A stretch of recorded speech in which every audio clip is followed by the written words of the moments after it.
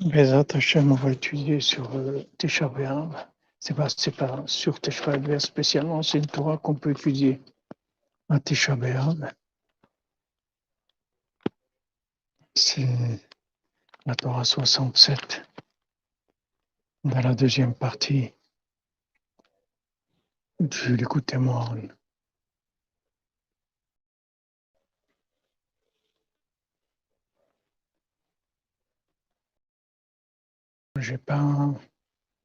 On est au Tsioun, là, je vois pas vos commentaires, mais je vois que il y a quelques personnes qui sont là, je vois pas exactement combien. Là, je vois 23 personnes qui sont là. Alors, c'est la Torah 67, dans la deuxième partie du Likutei Moharan. J'espère que le son est OK. J'ai pas moyen de vérifier, de voir que tout est bon. Apparemment, ça a l'air de marcher. Mais je vois pas les commentaires.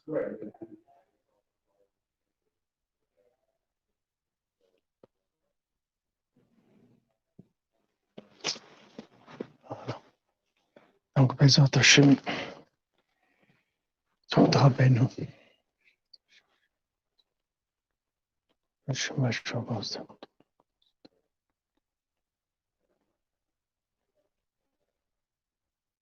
Donc, Rabbeinu, il dit dans cette Torah que c'est le lien qu'il y a entre le commencement et la fin de la Torah. Bereshit, l'Eine Kol Israël. Donc, Bereshit, c'est le premier mot de la Torah. Et l'Eine Kol Israël, c'est les trois derniers mots de la Torah. Qui est Hanani de Mechassian al-Aina. Parce que il y a des Hananim, il y a des nuages qui cachent les yeux. Shem Romi Rabati Veromi Zeriata, qui sont la grande Rome et la petite Rome, deux villes de Rome, grandes et petites, qui sont des nuages qui cachent les yeux. Kamova Beraya Memna Pinchas, comme Memna, comme c'est écrit dans le Zohar, dans Raya Memna, c'est Moshe Rabbeinu. Zeprinat Veshavua Avim Achar Gashem. Et c'est ce qui est écrit dans Kohelet, que les nuages ils vont disparaître après la pluie. Ze Maorenaim Shoolech Achar Bechia. Ça, c'est la lumière des yeux qui s'en va avec les pleurs. Comme ils ont dit nos sages, que quand on pleure, ça enlève la lumière des yeux. Et c'est la raison pourquoi le soleil se couche à l'ouest, qui bemizrach chamazorachat ou bemarava shokat, parce que à l'est le soleil se lève et il se couche à l'ouest. Nimtsa shemarav ushkiataor. Donc on voit le principe de l'ouest, le principe du coucher du soleil. Et kolzel et des prinata bechi. Tout ça, ça se fait par les pleurs. Shaliado mestalek meorenaim, que les larmes, elles entraînent la istalkut, c'est-à-dire que la lumière des yeux s'en va. Chez Zeprinash Kiatao, que ça c'est la lumière qui qui se couche, c'est-à-dire qui va se disparaître. Donc Rabbeinu il fait le rapport ici entre le coucher du soleil et le fait que la lumière s'en va, la lumière des yeux s'en va quand on pleure. Parce que si on prend le mot Marav, qui veut dire l'ouest, c'est les premières lettres de Rachel Meka Albanea, Rachel qui pleure sur ses enfants. Comme c'est écrit dans le Ketvi Arizal, dans les paroles du Arizal, Kishrina Bemarav, parce que la Shrina, elle se trouve à l'ouest. La Shrina Bocha Umialelet, et la Shrina, elle pleure, elle se lamente. Kiviechol al Israël, elle pleure sur Al Israël, Prinat, Rachel Mevakal Banea, comme Rachel qui pleure sur ses enfants. Mais Anna Leinachem al Banea Keinenu, elle refuse de se consoler sur ses enfants parce qu'ils ne sont pas là. Shibucha al Tzarat Israël, elle pleure sur la souffrance de Israël. Amefuzarim Bagoyim Veinam al Komam, qui sont dispersés parmi les nations et qui ne sont pas à leur place. Donc il y a deux choses. Première chose, physiquement, il y a un exil physique, la personne n'est pas à sa place.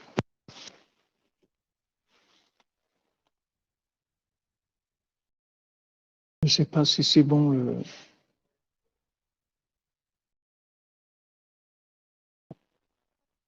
Je ne sais pas, est-ce que vous entendez? J'arrive pas.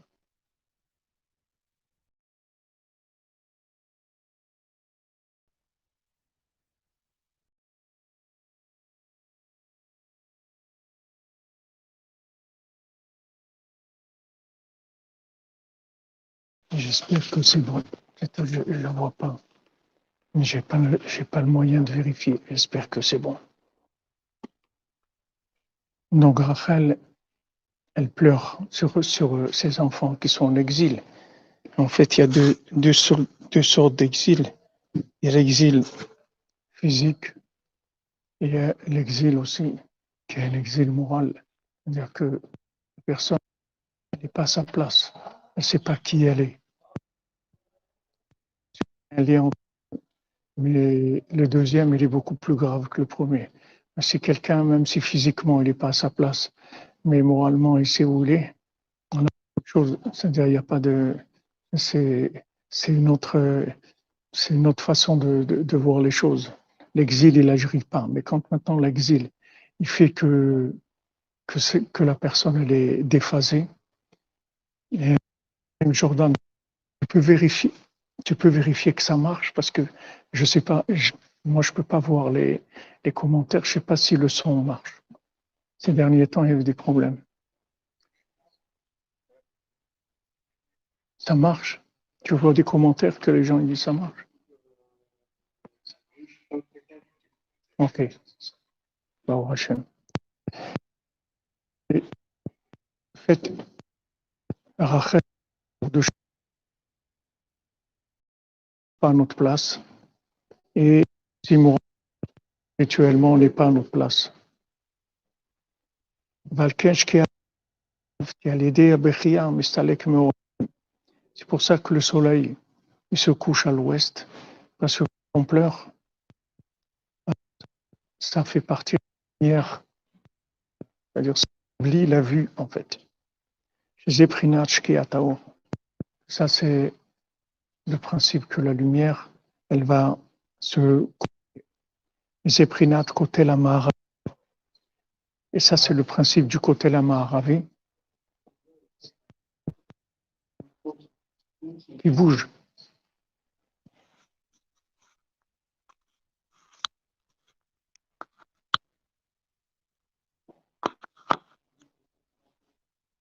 Voilà, je regarde si c'est mieux comme ça.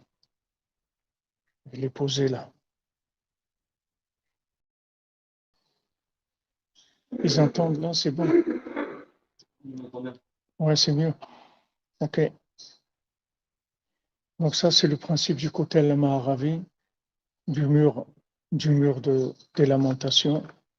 Béhémet, ça s'appelle, en anglais, ils n'appellent pas le mur de lamentation, ils appellent le Western Wall, c'est-à-dire le mur de l'ouest, en fait, du Maharam.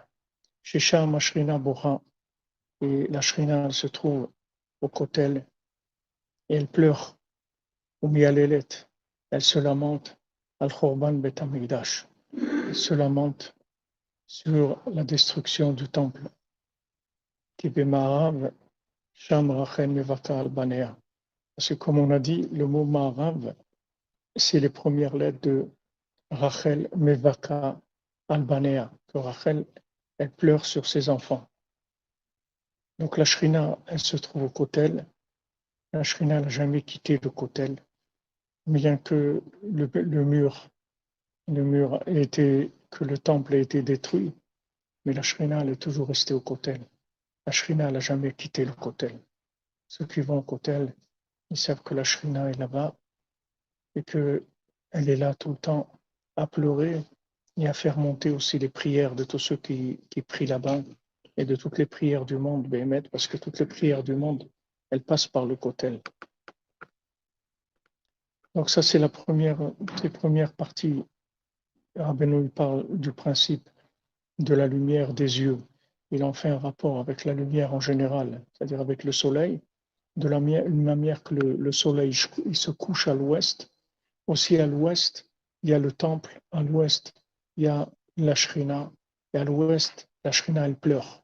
Elle pleure. Et quand elle pleure, quand on pleure, ça enlève la lumière des yeux, c'est-à-dire que ça baisse la vue. Et pourquoi elle pleure? Elle pleure pour deux raisons. Donc pour l'exil physique et l'exil aussi moral, mental, spirituel. Le Rabbeinu dit Veyesh meore or meore esh. Rabbeinu dit qu'il y a des luminaires de lumière et des luminaires de feu. Vehem zel ou madze. Et ces deux luminaires-là, ils sont opposés l'un à l'autre. Et que sheyesh koach le meore or, azay nechnaim meore esh.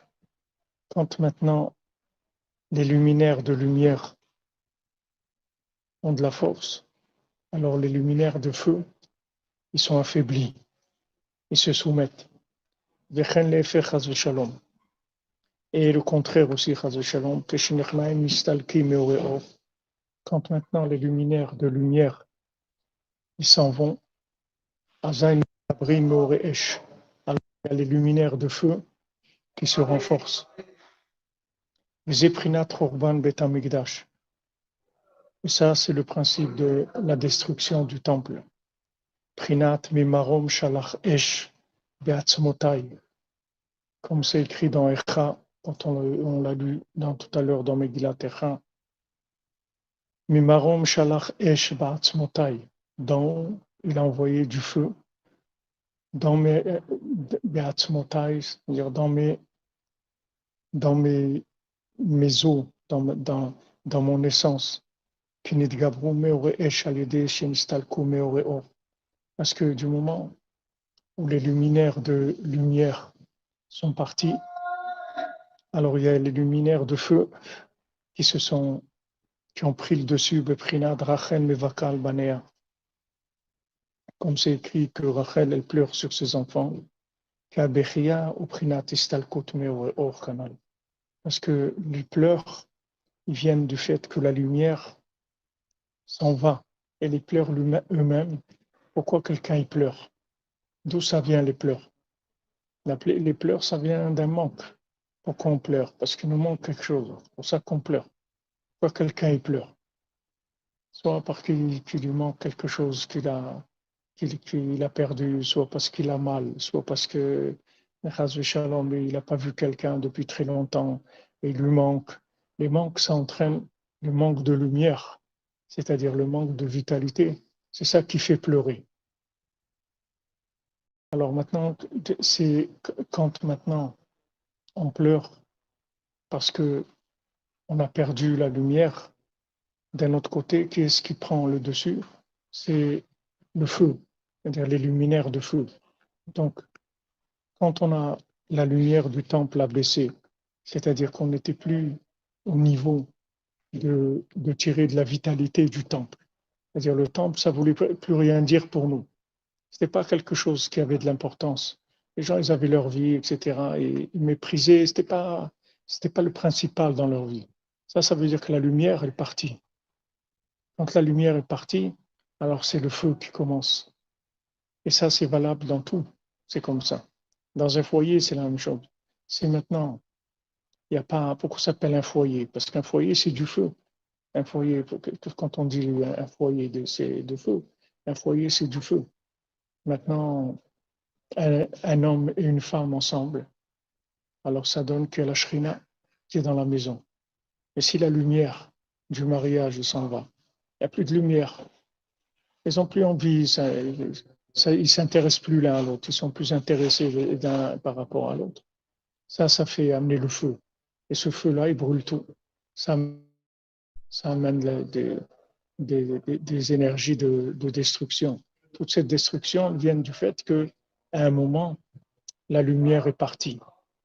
Cette lumière même qui est partie, c'est elle qui a entraîné la lumière du feu, c'est-à-dire les, les, les luminaires de feu.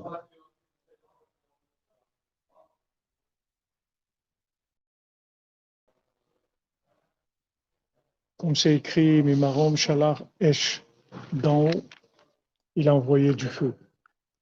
Visé Prinat Alama.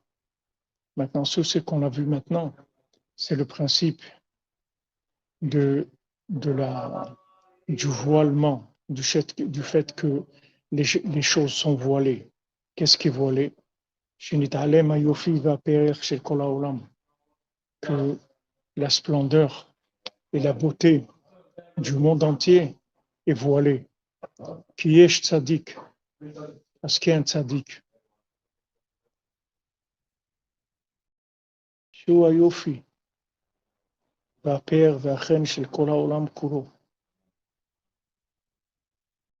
Le tzaddik, c'est la beauté, c'est la splendeur, c'est la grâce de tout le monde.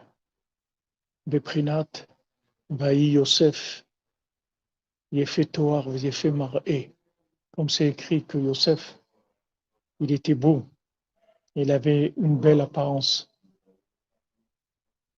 Comme c'est écrit dans Teilim, Yefé Nof, Mesos Kolaretz, la splendeur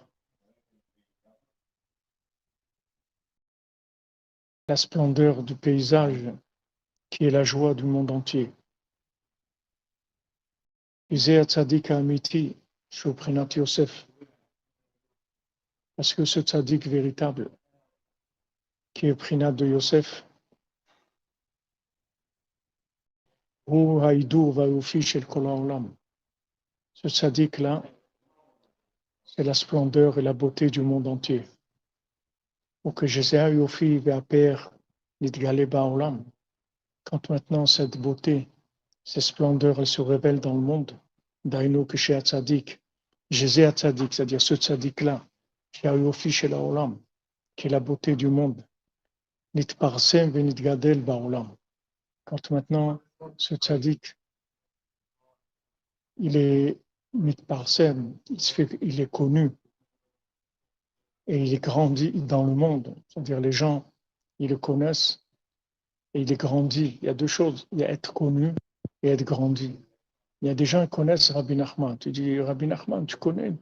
Ouais, bien sûr, Rabbi Nachman, c'est sûr. Ouman, le Tikkun HaKlali, c'est sûr. D'ailleurs, c'est l'ailleurs qui fils du Baal Shem Tov et tout. Ça, il est connu. Mais Nidgadel, la grandeur. La grandeur. Tu sais qui c'est Rabbi Nachman? Tu sais qui c'est Rabbi Nachman? Comme Rabbi Israël Ber de Ser al-Rashom disait, Atem yodim miser Rabbeinu. Atem yodim miser Rabbeinu. Vous savez qui c'est Rabbeinu? Encore les gens disent Rabbi Nachman. Tu sais qui c'est Rabbeinu? Tu connais la grandeur de Rabbeinu? Ça aussi, c'est un principe de halama. Ça aussi, c'est du voilement. Il y a un voilement total que les gens ne connaissent pas du tout.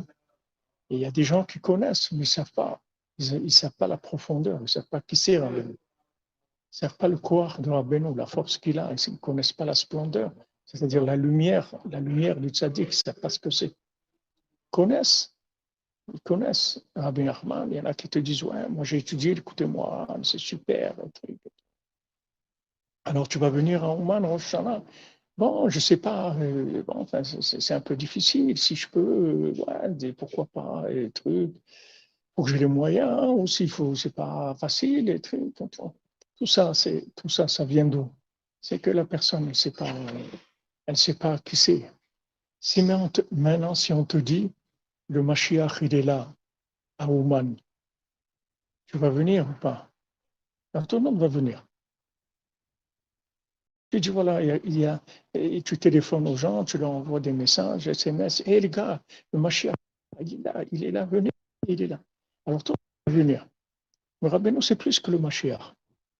Rabbeinu, c'est lui qui amène le Mashiach. C'est plus que le Mashiach.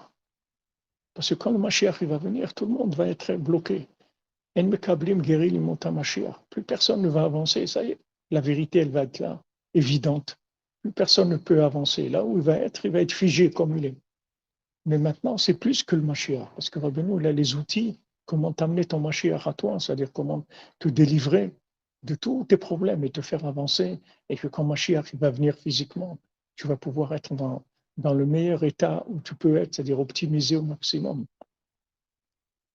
Rabbeinu, il a dit, moi, je peux amener le Mashiach, c'est rien du tout pour moi d'amener le Mashiach. Je peux l'amener tout de suite, mais j'ai choisi autre chose. Je m'ai choisi de m'occuper de vous et de vous améliorer et de vous faire avancer. Choisir quelque chose qui est plus grand que le Mashiach. Donc tu vois que les gens ne savent pas ce que c'est Rabbeinu. Si tu dis aux gens, voilà, ouais, ils vont te dire, ouais, Breslev, c'est sympa et tout, ouais, il y a la Simcha et tout, ouais, c'est sympa, et le Tikkun Oklali, c'est bien, ça, mais ils ne savent pas qu'est-ce que c'est Rabbeinu. Ils ne savent pas qu'est-ce que c'est Rabbeinu. Rabbeinu, il te répare, toi, tes parents, tes grands-parents, jusqu'au premier homme, tous les Gilgulim, toutes les réincarnations, tout. Rabbeinu répare tout. Il t'optimise au maximum. Ça, c'est la Gdala. C'est-à-dire, il y a le fait de le faire connaître et il y a de le faire grandir. C'est-à-dire qu'il soit grand, aux yeux des gens, qu'il soit grand, qu'ils sachent que. Et ça, il n'y a pas de limite. Ça, il n'y a pas de limite. Même les élèves de Rabbi Nathan, de Rabbeinu, pardon, les élèves de Rabbeinu, il y avait des grands élèves, Rabbeinu. Rabbi Youdel, Rav Shmona Izik, il avait des très grands élèves, Rabbeinu. Rav Aaron, Derou, il avait des très grands élèves. Rabbi Nathan, il est arrivé après tous ces élèves-là.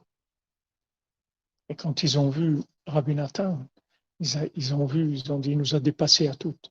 Qu'est-ce que Dieu les a dépassés à tous? Il était plus intelligent? Non. Il était plus érudit? Non. Il était plus sadique? Non. Qu'est-ce que Dieu les a dépassés à tous? Il les a dépassés à tous dans la conscience de la grandeur de Rabbi. Ça, il les a dépassés à tous. Ça, eux, ils ne savaient pas que c'était Rabbeinu comme Rabbi Nathan. Ils savaient.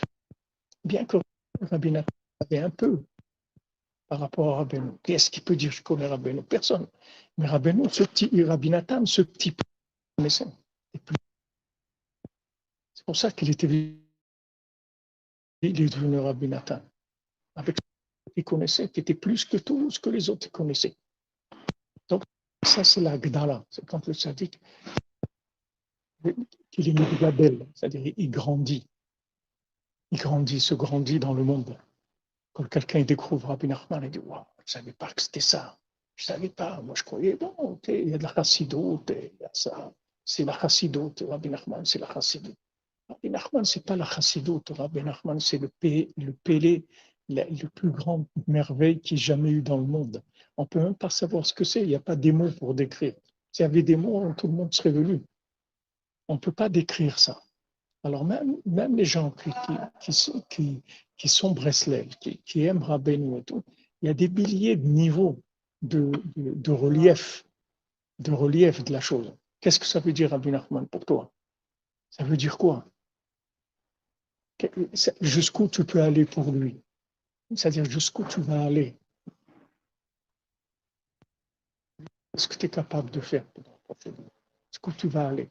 Qu'est-ce que ça veut dire pour toi?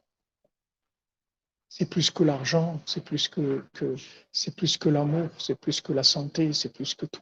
C'est jusqu'où tu es capable d'aller pour te rapprocher de Rabbi Nachman.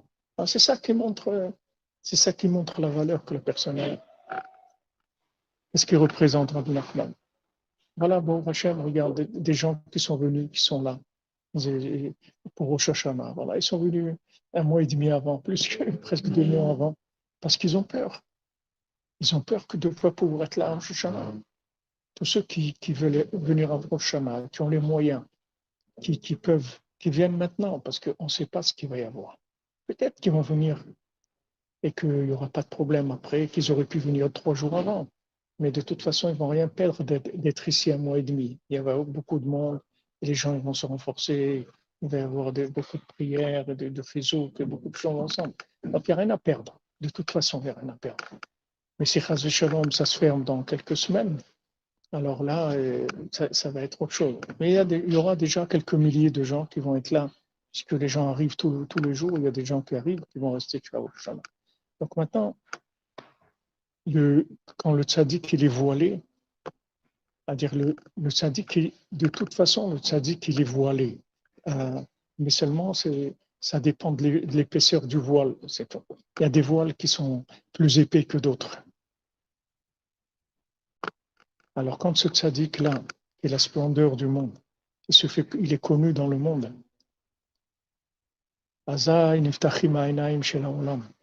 moment-là, les yeux du monde, ils s'ouvrent. Qu'est-ce que c'est de connaître Rabbeinu? C'est d'ouvrir les yeux. Quand quelqu'un dit ouais, j'ai rencontré telle personne ou j'ai lu tel livre, il m'a ouvert les yeux.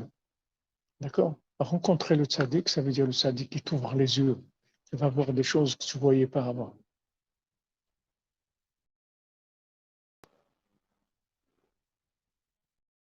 Que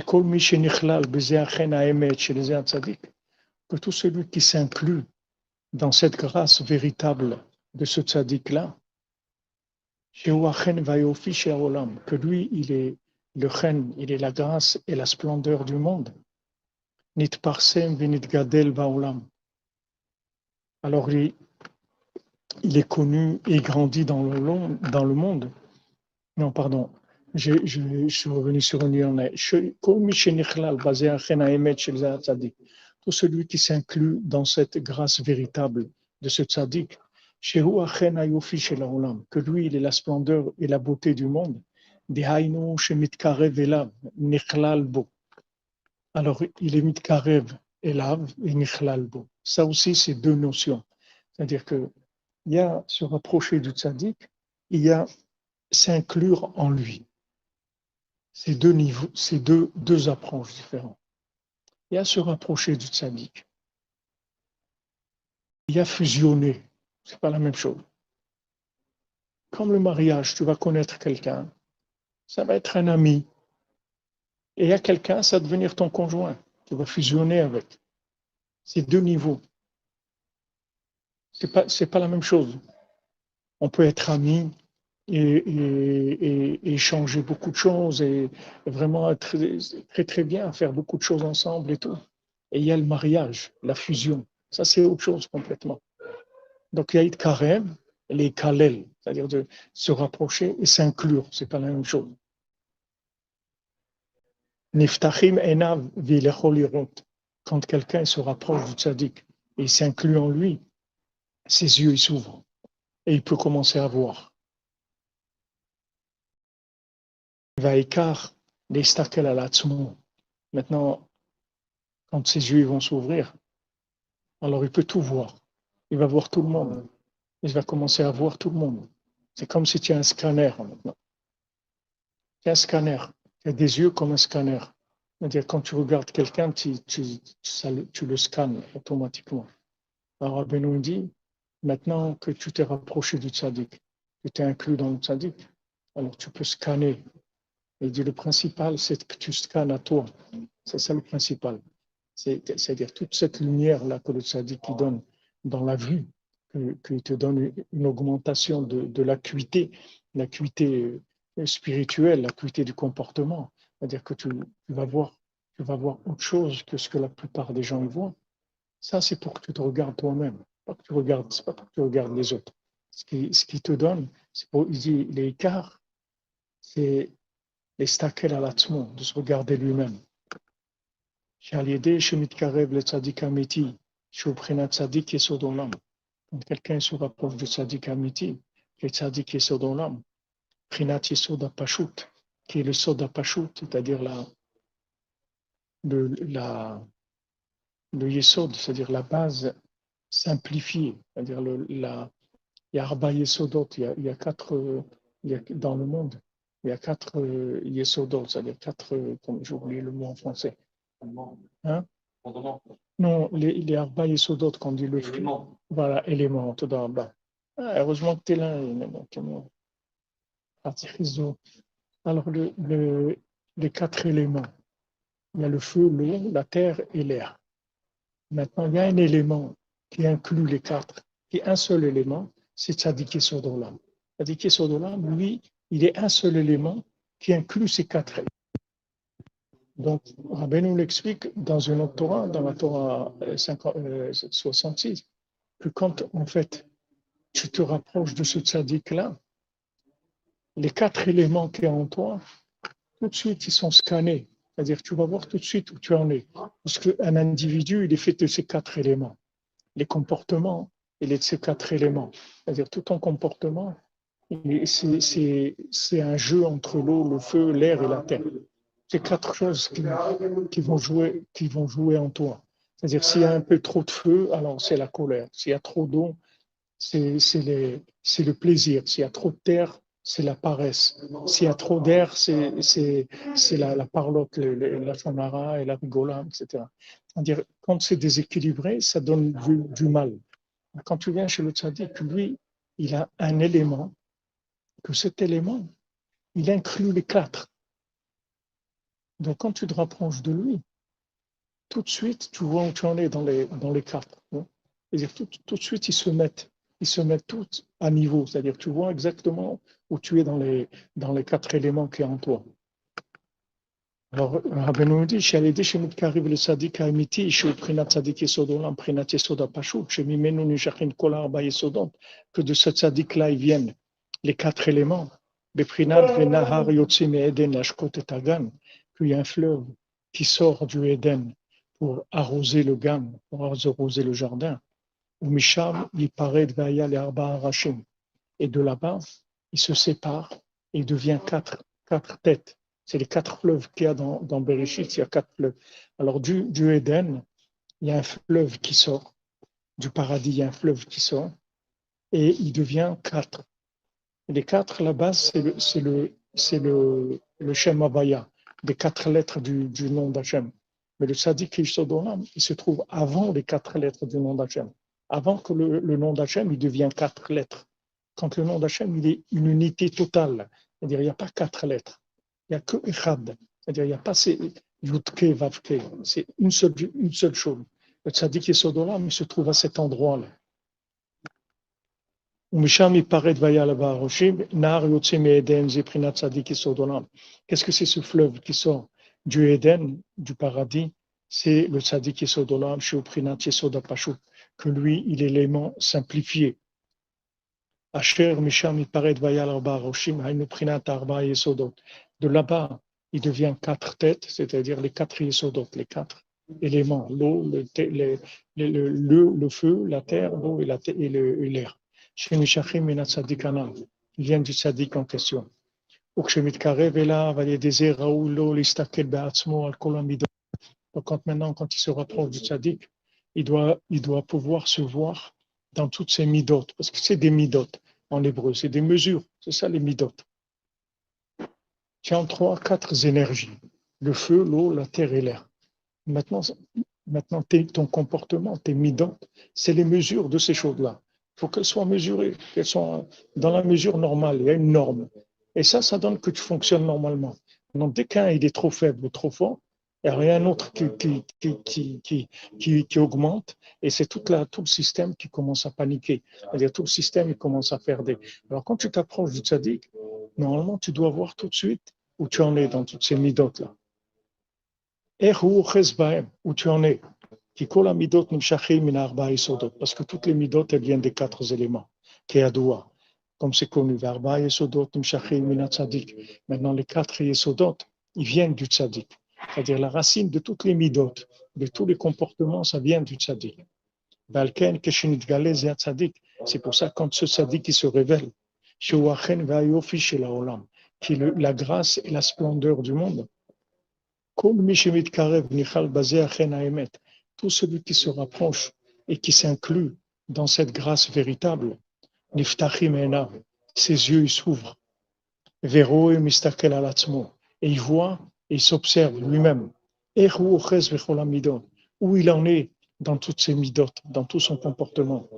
Qui viennent des 4 éléments. Qui viennent du tzaddik. וגם יכול לראות ולהסתכל בגדולת השם יתברך ולהסתכל בעולם. Et aussi, il peut voir la grandeur d'Hachem et il peut observer le monde aussi. על ידי שנפתחו עיניו, על ידי התגלות הפאר של הצדיק האמת. Par le fait que ses yeux, ils se sont ouverts, par le fait qu'il s'est inclus dans ce tzaddik véritable, qui est tzaddik Yesod Olam, qui est la splendeur et la beauté du monde. Alors, Bezrat Hashem, à 14h, on continuera sur cette Torah. Je ne savais pas, je ne pensais pas faire le cours maintenant, mais je me suis dit tout le Inyan de Tisha B'Av, tout le Inyan des pleurs et des lamentations, c'est sur ça. Et il nous dit, voilà, pourquoi on pleure? Parce que c'est pour que le tzaddik qui se révèle. Alors, on va diffuser, on va parler de Rabbeinu dans Tisha B'Av, c'est ça le plus grand tikkun qu'il y a de Tisha B'Av, c'est la reconstruction du temple. La révélation du tzaddik, c'est la reconstruction du temple. Bezrat Hashem. Alors à tout à l'heure à 14h. Bezrat Hashem, Hashem nous donne la force.